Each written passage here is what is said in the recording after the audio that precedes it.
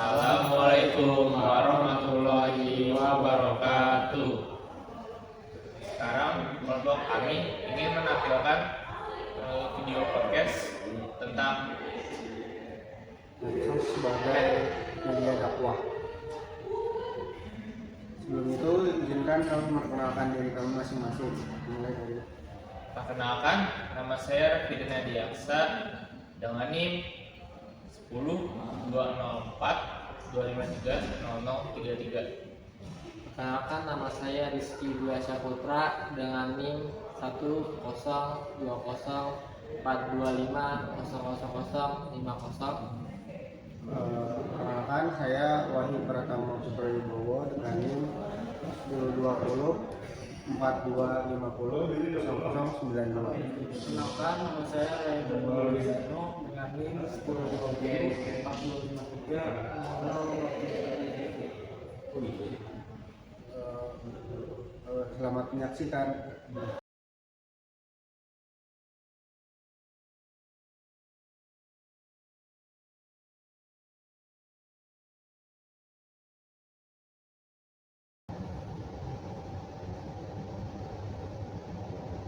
Oke guys, stop dulu main HP-nya. Rizky dari tadi.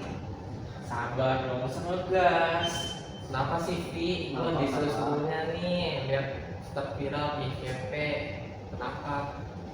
Salah, pusat viral, paling konten joget-joget dikasih caption habis doang kan. Kenal dulu, nggak semua ustadz kayak gitu kali, tidak kali. Nah, itu dia nih yang mau gue bahas kali ini di podcast kita. Medsos sebagai media dakwah. Menurut kalian ini sebenarnya tuh kemajuan atau malah bikin agama kita tuh kayak bahan mainan gitu loh? Coba deh, gue lempar ke Rizky dulu. Lo kan paling rajin nih share kutipan agama di story. Kenapa menurut lo ini tuh penting gitu? Ya jelas penting dong. Sekarang kan orang dengerin ceramah di masjid berapa jam sih seminggu? Kan cuma doang kalau buat cowok. Kalau di medsos setiap buka HP kita diingetin sama Allah. Dakwah itu harus masuk ke tempat orang ngumpul. Sekarang ramenya ngumpul di Instagram, ngumpul di TikTok. Oke, gue setuju soal jangkauannya, tapi kualitasnya gimana? Gue sering lihat orang baru hijrah kemarin sore udah berani ngafir-ngafirin orang di kolom komentar, atau konten dakwah tapi backgroundnya cewek joget. Itu dakwah apa cari views? Agama jadi kehilangan sakralnya, bro. Ya nggak salah sih, ada benernya juga rahasia Rendra. Gue pernah dengar tuh gue lupa di mana, kayaknya di Instagram atau di TikTok. Ya ada fenomena namanya tuh kayak pop Islamik atau pop Islamisme kalau nggak salah. Jadi agama itu malah cuma dijadiin tren pop culture doang, tapi isinya ya kosong gitu. Ya yang bisa meratakan dong. Banyak kok akun dakwah yang kredibel. Lagian daripada isi FYP orang maksiat semua. Mending ada selipan dakwahnya dikit kan, better dan nothing lah. Masalahnya orang sekarang jadi malas ngaji beneran, merasa udah nonton video 1 menit udah paham segalanya. Itu bahaya, bisa salah tafsir. Oke, kita masuk ke isu sensitif, riak dan validasi. Rendra, menurut lu medsos bikin dakwah jadi ajang pamer gak? Jujur ya, iya, amal sekarang diukur pakai like, share, view. Kadang niatnya kabur, yang harusnya berbagi ilmu malah jadi mencari keuntungan. Tapi niat itu urusan hati masing-masing. Nah, tapi masalahnya nih, algoritma medsos itu dia nggak peduli niatnya. Algoritma tuh sukanya yang emosional, yang marah-marah, ribut, apalagi yang kontroversi. Berarti konteks dakwah yang ada malah kalah ya? Secara sistem sih kayaknya iya ya menurut gua. Makanya muncul dakwah model yang kayak debat kasar gitu, terus ngejudge, ngomongnya ngegas-ngegas. bukan karena itu paling islami sih, tapi karena itu yang paling bikin viral justru. Nah itu yang bikin gua khawatir, Islam jadi kelihatan galak. Tapi justru di situ PR kita bikin konten yang benar tapi tetap menarik tanpa jual marah. Itu yang betul susah. Coba nih gua lempar studi kasus, ada konten terus basis serangan, Ya. tapi diselingi backsound viral tambah potongan joget-joget di awal Ya. biar menarik perhatian. Dakwah atau polusi lain?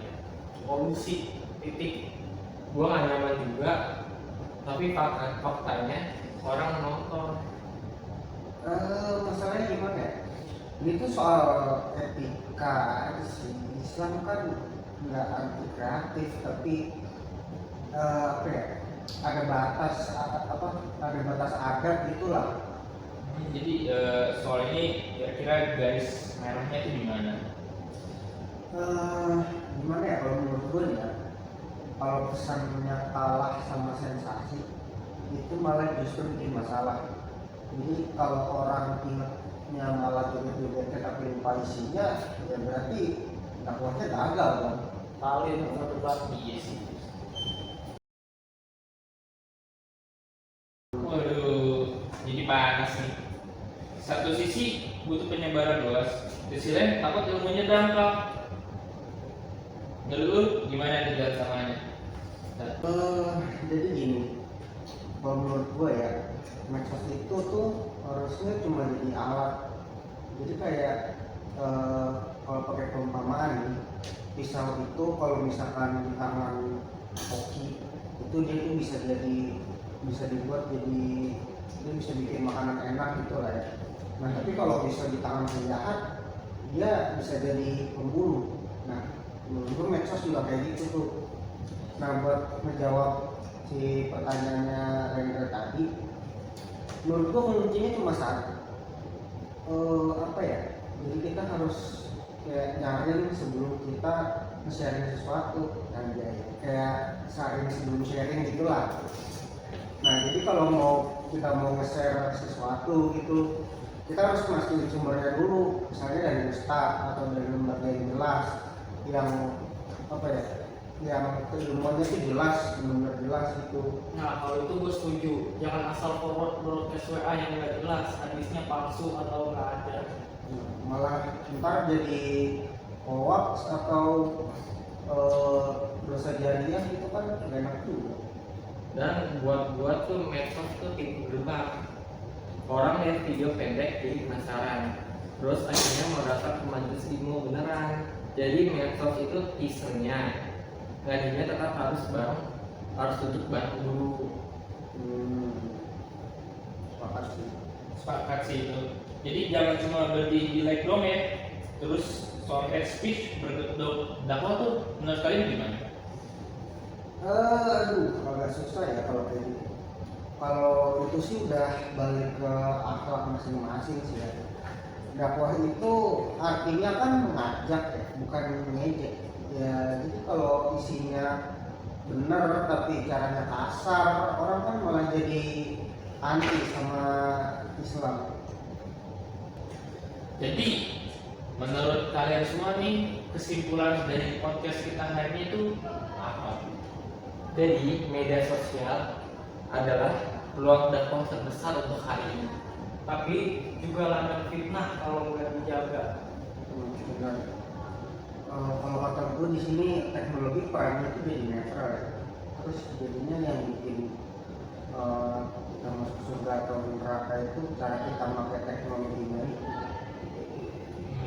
Jadi intinya tuh upgrade iman ya, bukan cuma engagement. Nah itu benar banget kalau gitu.